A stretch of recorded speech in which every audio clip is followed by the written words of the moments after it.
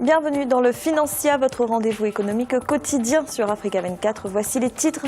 L'agriculture biologique gagne du terrain au Sénégal avec de plus en plus de producteurs. Des marchés et magasins spécialisés ouvrent leurs portes.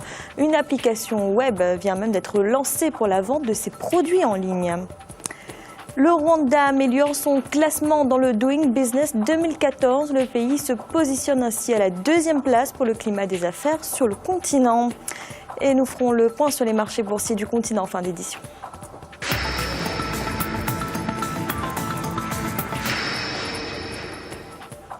L'agriculture emploie près de 60% de la population au Sénégal et représente environ 19% du PIB du pays. Et depuis quelques années, l'agriculture biologique est en train de se faire une place. Cette méthode de culture est d'ailleurs particulièrement bien adaptée aux petites exploitations familiales qui disposent de peu de fonds pour acheter des intrants et autres engrais chimiques. Kessiwebi Martel. Dakar, au Sénégal. Voici l'un des rares marchés de la capitale où sont vendus des légumes issus de l'agriculture biologique. À l'origine de cette initiative, une ONG locale du nom de ENDA qui voit dans ce nouveau type de culture un moyen d'améliorer les revenus des petits producteurs. Aujourd'hui, nous sommes arrivés à des produits de qualité et qui se retrouvent dans les marchés conventionnels. Vous allez à Thiaroye, vous trouverez certains de nos producteurs qui, par déverreux, par manque de solutions, sont obligés d'amener des produits biologiques et qui sont vendus comme les produits conventionnels, alors que les efforts fournis ne sont pas les mêmes. Donc on a réfléchi à ce problème. On a dit il faut créer des marchés. Le revers de la médaille pour ces agriculteurs qui se sont lancés dans le biologique, leurs produits sont environ 30% plus chers. L'ONG ENDA leur propose donc d'acheter une partie de leur stock pour les revendre dans des magasins haut de gamme. Autre solution qui s'offre à eux, une plateforme de vente en ligne. Nous avons fait un constat, c'est que les structures de transformation de produits locaux ont peu de moyens pour commercialiser ou bien rendre visibles leurs produits. Et donc, les structures participent à des foires internationales qui durent jusqu'à 15 jours et 2 fois dans l'année. Ce n'est pas suffisant pour une femme qui fait de la transformation toute l'année. Donc, nous nous sommes dit, avec la technologie, nous pouvons effectivement donner une visibilité à ces produits-là. De nombreux producteurs attendent désormais du gouvernement qu'il propose des stratégies, non seulement pour soutenir l'agriculture biologique, mais aussi promouvoir cette nouvelle méthode de culture comme une source viable de devises.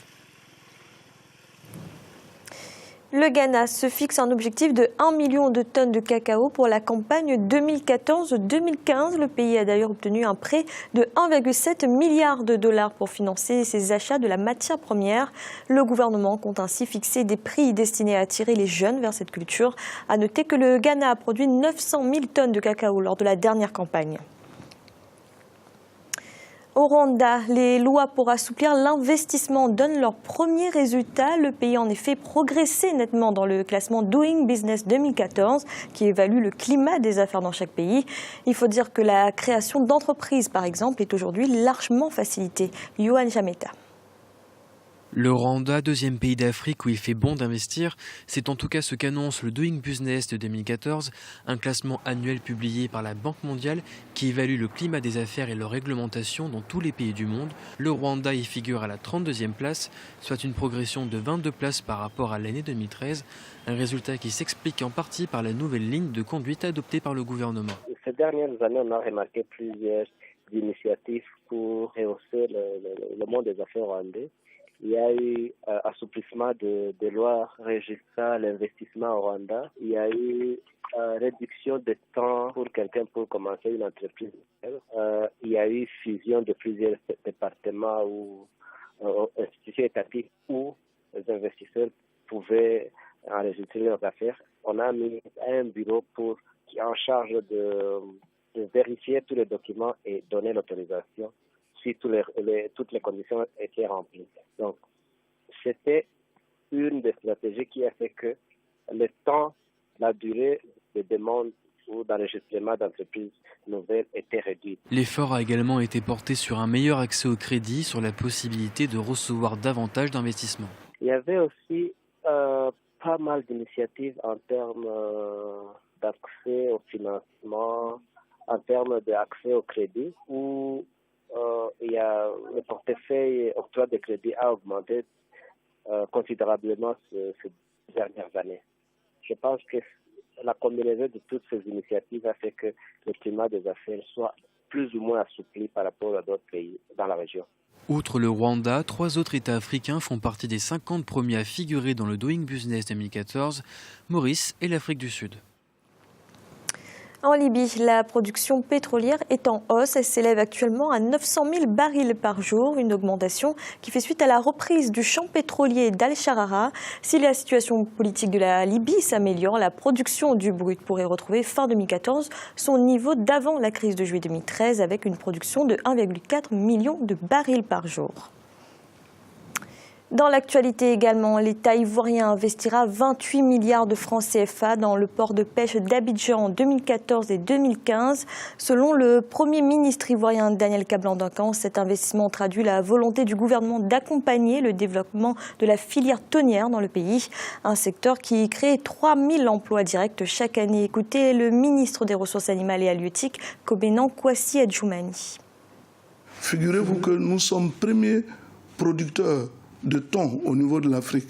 Et au niveau de l'Europe, nous sommes le 2e pays exportateur de thon. Nous avons un plan stratégique qui s'étend sur plusieurs années jusqu'en 2020.